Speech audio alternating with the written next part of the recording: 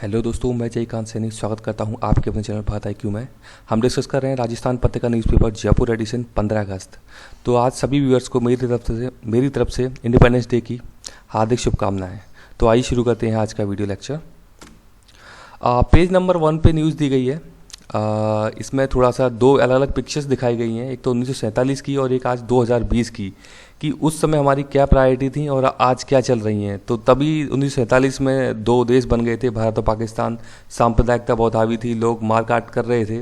तो वो सारी की सारी चुनौतियां थी उस समय सरकार के सामने। और आज एक कोरोना की चुनौतियां चल रही हैं कि किस तरीके से मेंटेन करना है चीज़ों की। अर्थव्यवस्था गड़बड़ हो चुकी है, लोगों के रोज़गार चले गए हैं, ये चीज़ें चल रही हैं। तो आज हम 74वां स्वतंत्रता दिवस मना रहे हैं 2020 में, जो कि लाल किले से PM मोदी आत्मनिर्भर भारत अभियान की एक घोषणा भी करेंगे। इसका एक्चुअली उन्होंने शुरू किया था कोरोना काल के दौरान, ताकि लोगों को जॉब्स मिल सकें, भारत में जॉब्स क्रिएट हो सकें। इसलिए आत्मनिर्भर भारत अभियान की शुरुआत हमारे PM ने की है यहाँ पे। तो ये एक इम्पॉर्टेंट है आपको जानना कि आत्मनिर्भर भारत अभियान क्या चीज़ है। यहाँ पे एक और पिक्चर दिखाई गई है कि जब माइग्रेशन हुआ था 1947 में, तो तकरीबन 1.5 करोड़ लोगों ने अपना घर छोड़ा था, एक जगह से दूसरे स्थान पर गए थे।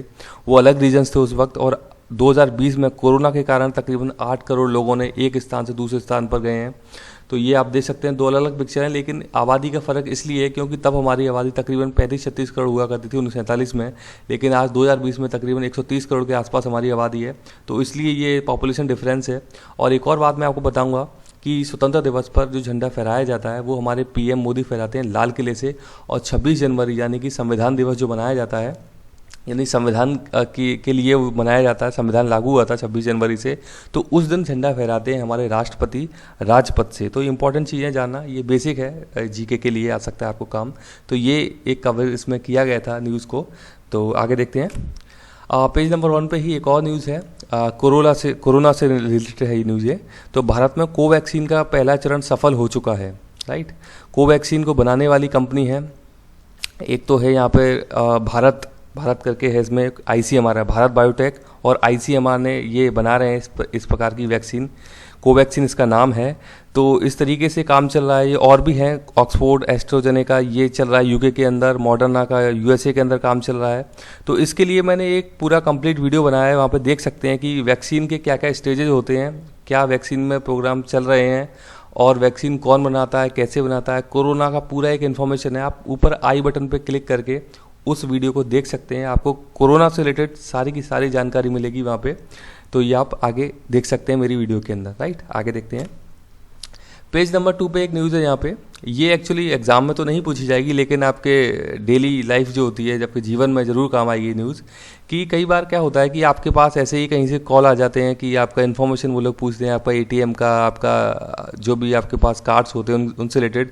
जैसे कि ये एक न्यूज़ है, पेटीएम से रिलेटेड है। यहाँ से कॉल आया किसी के पास और उन्होंने इसके थ्रू एक साइबर क्राइम उन्होंने कर डाला, उनके अकाउंट से पैसे और एक्चुअली उन्होंने निकाल लिए। क्योंकि वो आपसे इन्फॉर्मेशन पूछ लेते हैं, आपको मतलब थोड़ा सा वो एक फियर क्रिएट कर देते हैं कि ये आप बताइए, नहीं तो आपका कुछ ब्लॉक हो जाएगा। तो यहाँ पे आपको एक समझदारी दिखानी होती है कि कभी भी आपको अपने कार्ड्स के नंबर किसी को भी नहीं बताने हैं। कोई आपसे कभी भी आपके कार्ड्स के नंबर नहीं पूछता है कि आप मेरे को ये अपनी डिटेल बताइए। तो आपको ये अपनी सूझबूझ दिखानी है, आपको अवेयर रहना है कि इन चीज़ों से आप बच सकें। इसी प्रकार हम बच सकते हैं। इसके अलावा आप इसके लिए फिर जब भी ऐसा कुछ आपके साथ घटना होती है तो आप इसकी जो पुलिस स्टेशन होते हैं वहाँ पे आप इसकी कंप्लेंट भी कर सकते हैं। हालांकि हमारे यहाँ अभी साइबर क्राइम को लेकर कुछ अच्छा मतलब डेवलपमेंट नहीं हो पा रहे हैं, लेकिन फिर भी कई सारे प्रयास चल रहे हैं, क्योंकि इतने सारे अपने पास पुलिस अभी एफिशिएंट नहीं है जो कि साइबर क्राइम्स को डील कर सके। पर अगर आप खुद से बचाव रखेंगे तो इसमें ज़रूर आप सफल हो सकते हैं इस प्रकार के साइबर क्राइम को रोकने के लिए। आगे देखते हैं। पेज नंबर 6 पे न्यूज़ है। यहाँ पे पुलिस के बारे में कुछ एक एडिटोरियल लिखा गया है। तो मैं आपको बताना चाहूँगा कि मोरारजी देसाई ने पुलिस के लिए एक आयोग बनाया था पुलिस सुधार करने के लिए। तो वहाँ पे कुछ बातें कही गई थी, जैसे कि पुलिस के लिए 8 घंटे का आप काम कीजिए। अभी तो 24-24 घंटे वो लोग कभी उनको बुला सकते हैं। तो एक मानसिक रूप से आप समझ सकते हैं कि मतलब आपको कभी भी बुलाना, आप प्रॉपर नींद नहीं ले पा रहे हैं, तो ये आपकी शारीरिक शारीरिक प्रभाव भी डालता है आपकी बॉडी पे ये। तो ये कई सारी चीज़ें होती हैं। उसमें उन्होंने बताया कि कानून व्यवस्था और अनुसंधान को दोनों को अलग किया जाना चाहिए। आपने देखा होगा कि पुलिस जो है, जब भी कोई आप जो अपनी कंप्लेंट है वो रजिस्टर कराते हैं तो पुलिस उसका इन्वेस्टिगेशन भी करती है, ये भी देखा होगा आपने। और पुलिस लॉ एंड ऑर्डर को मेंटेन करने का भी काम करती है समाज के अंदर। तो ये दोनों काम ही पुलिस करती है, इसलिए उनके पास बर्डन काफ़ी हो जाता है काम का। तो यहाँ पे ये बात कही गई थी कि इन्वेस्टिगेशन दूसरी किसी एजेंसी को आपको देना चाहिए और लॉ एंड ऑर्डर पुलिस को देना चाहिए, ताकि दोनों चीज़ें प्रॉपर हो सके, इन्वेस्टिगेशन भी अच्छी हो सके और लॉ एंड ऑर्डर भी अच्छे से मेंटेन हो सके। और उन्होंने कुछ इंपॉर्टेंट बात कही थी कि राजनीतिक नियंत्रण कम होना चाहिए पुलिस के ऊपर से। ये एक बहुत ही देखने को मिलता है कि पुलिस पर जो पॉलिटिकल कंट्रोल है वो काफ़ी देखा जाता है। इसके अभी ज्वलंत एग्जाम्पल हैं, जैसे कि राजस्थान में जो घटनाक्रम पॉलिटिकल जो घटनाक्रम चला था अभी मानेसर हरियाणा के अंदर, कि राजस्थान की पुलिस जा रही है, हरियाणा की पुलिस सपोर्ट नहीं कर रही है, पूरा पॉलिटिकल गेम था वो। अभी आप मुंबई में सुशांत सिंह मर्डर केस देख सकते हैं, वहाँ पे मुंबई पुलिस सपोर्ट नहीं कर रही है बिहार पुलिस को। तो इस प्रकार की चीज़ें नहीं होनी चाहिए, राजनीतिक जो कंट्रोल है वो हटना चाहिए, बिकॉज पुलिस को मतलब जो एक्ट के थ्रू उनको पावर्स दी गई हैं वो अपने उसके अनुसार उनको काम करना चाहिए, ना कि पॉलिटिकल कंट्रोल के अधीन उनको रहना चाहिए।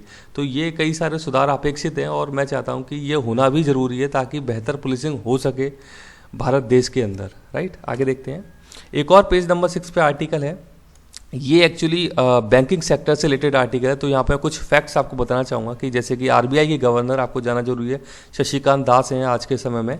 1969 में 14 बैंकों का नेशनलाइजेशन किया गया था और 1980 में 6 बैंकों का किया गया था। नेशनलाइजेशन इसलिए किया गया था कि उस वक्त भारत नया नया देश बना था, तो डर था कि कहीं प्राइवेट हाथों में सारी की सारी पावर ना चली जाए, ताकि गरीबों का शोषण हो जाएगा अगर उससे ऐसा हो जाता तो गवर्नमेंट ने क्या किया कि सारी की सारी बैंकों को उन्होंने नेशनलाइज किया, मतलब गवर्नमेंट के कंट्रोल में ले लिया। नेशनलाइजेशन का मतलब यही है कि गवर्नमेंट के कंट्रोल में ले लिया उन्होंने, और 20 सूत्रीय कार्यक्रम स्टार्ट किया 1975 में। ये भी एक फैक्ट है, पूछा जाता है।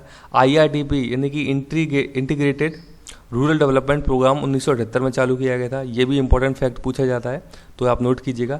अब आता है LPG मॉडल। 1991 में वॉशिंगटन सहमति पत्र पे हमने हस्ताक्षर किए थे भारत ने, तब LPG मॉडल भारत देश में लागू हो गया था। और जो हमने बैंकों का नेशनलाइजेशन किया था, मतलब कि तब हमने सरकारी नियंत्रण को प्रभावी बनाने की कोशिश किया था 1991 से पहले, लेकिन 1991 के बाद से हमने लाइसेंसीकरण को हटाने का काम किया, हमने सरकारी नियंत्रण को हटाने का काम किया। तो आप देखेंगे ICICI बैंक हो गया, HDFC हो गया, एक्सिस बैंक हो गया, कई सारे बैंक्स बनकर आए प्राइवेट बैंक्स। तो ये एक मेजर डिफरेंस है जो कि इस आर्टिकल से मैंने कुछ फैक्ट्स लिए हैं वो आपको दिखाने की कोशिश की है। आगे देखते हैं। पेज नंबर 8 पे एक न्यूज़ है, डूंगरपुर से रिलेटेड है, राजस्थान की अच्छी खबर है। स्वच्छता सर्वेक्षण 2020 में डूंगरपुर ने फिर से एक बार बाजी मारी है। इसका अभी जो ऑफिशियल इसका अनाउंसमेंट है वो 20 अगस्त को होगा, तो उसमें आपको जानकारी देखने को मिलेगी ये। लेकिन डूंगरपुर ने एक अच्छा परफॉर्मेंस किया है 2020 में भी। गैप सागर डूंगरपुर के अंदर है, पूछा जाता है एग्जाम्स के अंदर, ये आपको जानना जरूरी है। राइट, आगे देखते हैं। पेज नंबर 9 पे एक और न्यूज़ है, ये GDP से रिलेटेड है भारत की। तो भारत की GDP का थोड़ा सा एक कंपैरिजन बता है 1947 और 2020 की। तो तब हमारी GDP तकरीबन 3, 3.5, 4 यहाँ तक रहती थी।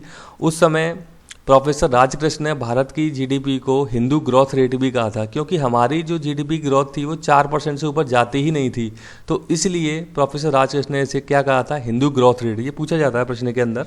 और अभी जो 2020 में हमारी ग्रोथ रेट, अभी तो फिलहाल कोरोना का समय चल रहा है, तो यहाँ पे तो नेगेटिव या डाउन हो गई है इसमें हमारी GDP, लेकिन 5 से 8% की रेंज में हमारी GDP चल रही है। राइट, तो ये बेसिक डिफरेंस है। और मैं एक और बताना चाहूँगा कि अब जो हमारी पहली GDP थी, पहला जो भारत की इकोनॉमी थी, वो एक कृषि आधारित अर्थव्यवस्था थी हमारी। उसका कारण ये था कि हमारी जो GDP में हमारा जो योगदान था कृषि सेक्टर से, वो तकरीबन 50 से 55% का था उस वक्त। और डिपेंडेंसी जो कृषि सेक्टर पर थी लोगों की, वो तकरीबन 75 से 80% लोग कृषि पर ही आधारित थे। लेकिन मौजूदा समय में कृषि से हमारा GDP में योगदान केवल 17% रह गया है और हमारी डिपेंडेंसी 50% के आसपास है। और इसके अलावा यदि हम बात करें आज मौजूदा दौर में, तो हमारी अर्थव्यवस्था एक सर्विस सेक्टर इकोनॉमी बन गई है, क्योंकि आज हमारा सर्विस सेक्टर इकोनॉमी में यानी कि GDP में तकरीबन 57% का योगदान देता है। तो भारत की इकोनॉमी आज सर्विस सेक्टर इकोनॉमी बन गई है।